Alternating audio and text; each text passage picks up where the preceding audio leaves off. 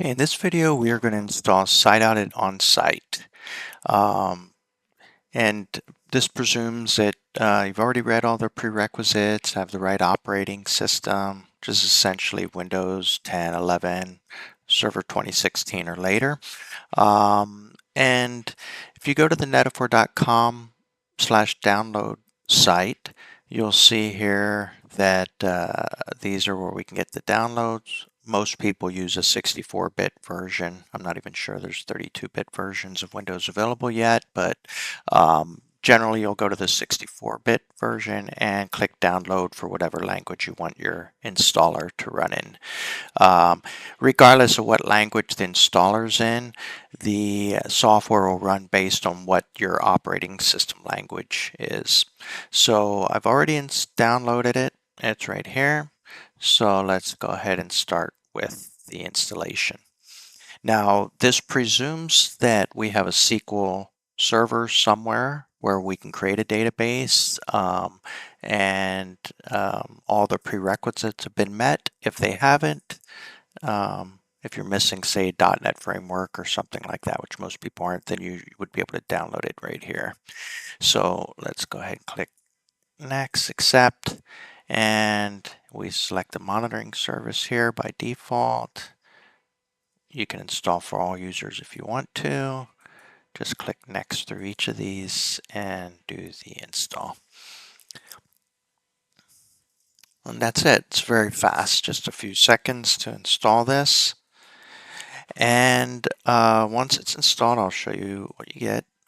Here you'll see the SiteAudit viewer icon. Here's the folder for this if you want. The software by default was installed on the C drive in the public Netaphor SiteAudit folder.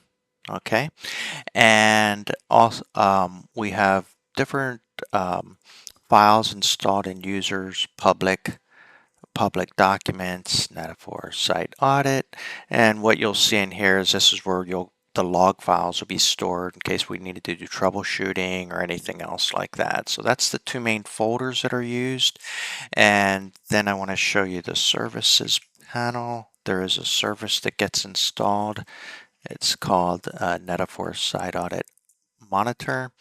If you notice, the startup type is automatic, which means that anytime the system reboots, the service is going to start automatically. That way you can be sure that the printers are being monitored all the time. There's one other important thing I want to point out here. There's two ways that the application can communicate with the SQL database. One is using SQL authentication and the other one's Windows authentication. If you are using Windows authentication, you will have to modify this Logon as a service name. So you would just double click this or go to properties in this Logon, and you'll have to enter in the account of the user that has DB owner access to the database. Okay, so that will be required, and we'll come back to this after install. All right, so what we want to do now is let's just start SiteAudit. And the first thing it's going to do is it's going to say that we need a license here. So we'll just hit OK, and it's going to give us this unique user ID. So we'll copy this, and this you'll paste and send it to licensing at netaphor.com to get your license. So don't paste this whole screenshot in here, just copy and paste the user ID, send it to get your license. Alternatively, if you are working with a partner that has access to a license, you may have been given a key file, which you can just point to here. But in our case, we're just going to generate a license here. Paste the license in here and hit OK. So now what the software is doing is it's going to look for a database. So we're going to have to connect it to a database. So we'll hit yes here.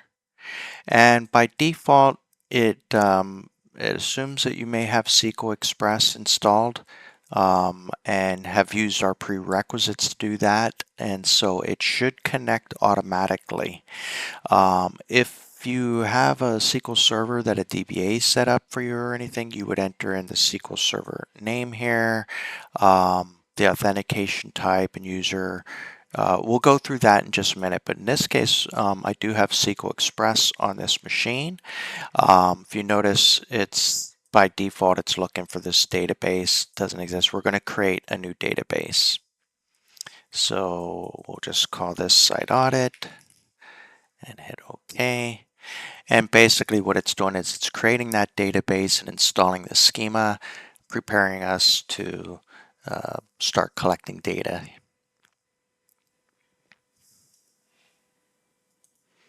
Okay, so it is finished.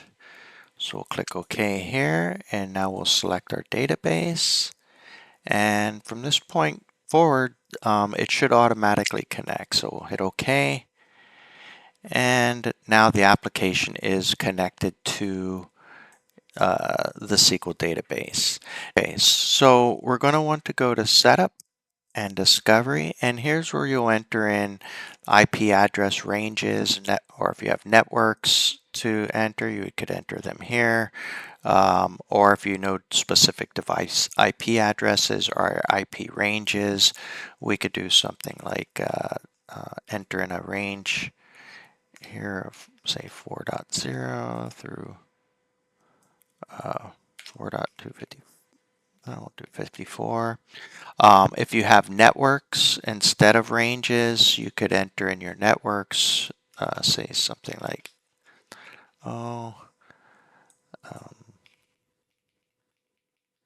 something like this. Okay, and then also here's where you would enter your SNMP community strings. By default, printers generally use public, but you could likely use something else. You'll want to make sure that's in here.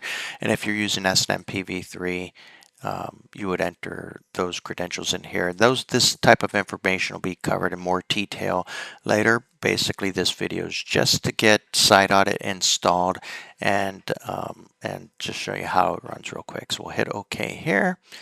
And then the next thing you'll do is you'll hit Start Monitoring, and SiteAudit will start collecting the data. So it's very simple. Okay, as I mentioned before, if we're using Windows Authentication, then in the services, we have to enter the account of the user who has DB owner access to the database. So in this case, we're using local SQL Express. That was installed by our administrator. If we go over here and open Logon, you can see we just entered the administrator account here. You'll likely use a service account or some other account that that has administrator access on the machine, and also is a DB owner of the SiteAudit database. So once that's been entered, then you can come over here and go to Tools and Start Monitoring. And you should see the monitoring service started. So let's come back over here. We could do a refresh. You can see it's running. So that's how we know the monitoring service is running. But generally, you don't need to look there. You could just come back up to the Tools menu. If it says Stop Monitoring, that means that it's already been started. Another thing you could do is you can come over here to the Task Manager, and you can look for SiteAudit Monitoring Service in here. Here's our viewer, and here's the monitoring service, so we know it's running. Okay. So at this point, SiteAudit's going out. It's looking at the discovery that we configured, this network, and this range, and it's looking for devices. We can go to the inventory view, which is right here. There's a little icon for each of the primary views, or you could just come up here and go to inventory, and you can see it's already started collecting data.